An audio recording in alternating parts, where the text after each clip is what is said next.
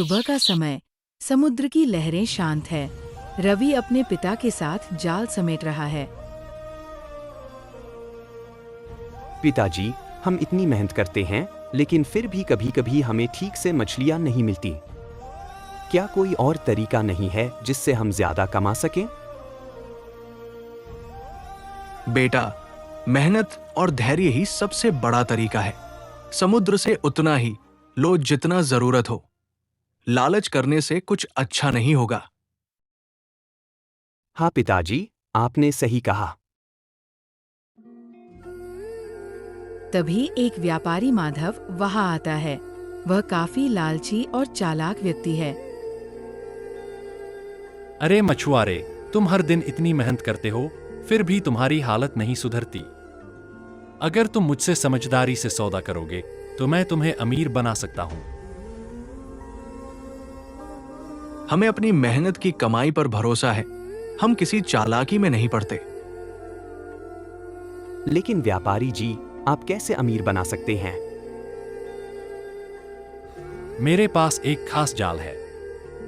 जो भी मछली इसमें फंसती है वह सोने में बदल जाती है। रवि हैरान हो जाता है, लेकिन उसके पिता को माधव पर शक होता है। ये असंभव है। अगर ऐसा होता तो तुम खुद सबसे अमीर होते। तुम नहीं मानते, कोई बात नहीं। लेकिन अगर रवि यह जाल इस्तेमाल करना चाहे तो इसे आजमा सकता है। माधव रवि को जाल देकर चला जाता है। रवि जाल लेकर समुद्र किनारे आता है।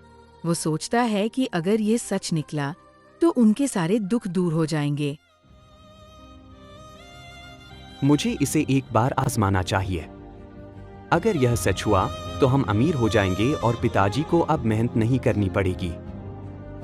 वह जाल को समुद्र में डालता है और थोड़ी देर बाद उसे भारी महसूस होता है।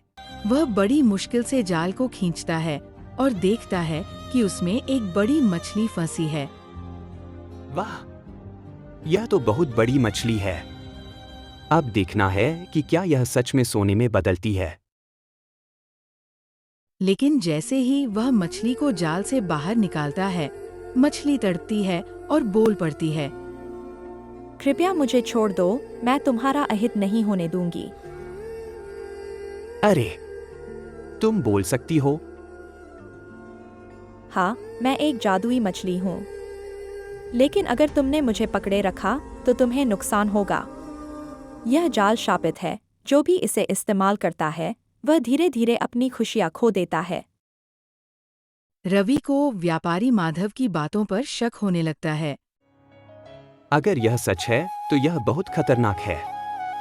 मैं तुम्हें छोड़ दूंगा। रवि मछली को पानी में छोड़ देता है।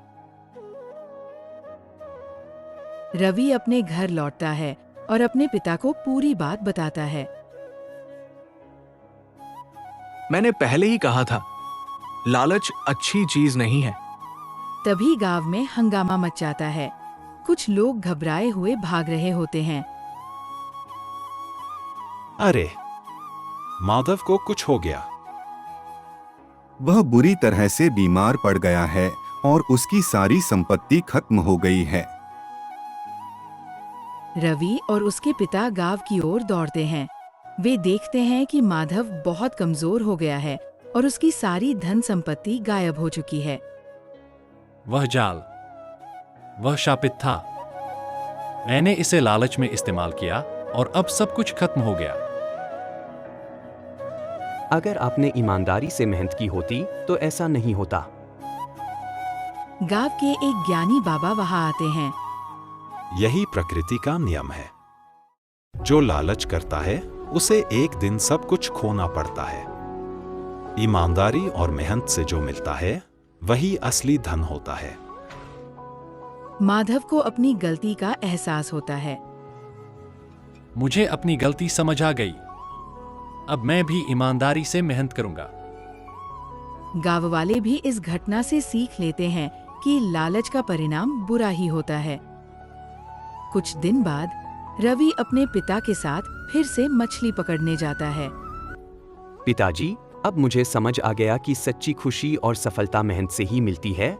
न कि किसी लालच से। हाँ बेटा, यही सबसे बड़ी सीख है।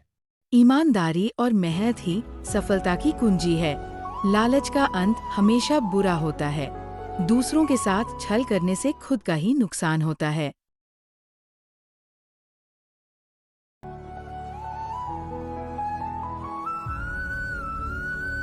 अगर आपको हमारी ये कहानी पसंद आई हो तो इसे लाइक जरूर करें। आपको क्या लगा इस कहानी से, हमें कमेंट करके जरूर बताइए। ऐसी ही और मजेदार और सीख देने वाली कहानियाँ देखने के लिए हमारे चैनल को सब्सक्राइब करें और बेल आइकॉन दबाएं ताकि हमारी अगली कहानी आप सबसे पहले देख सकें।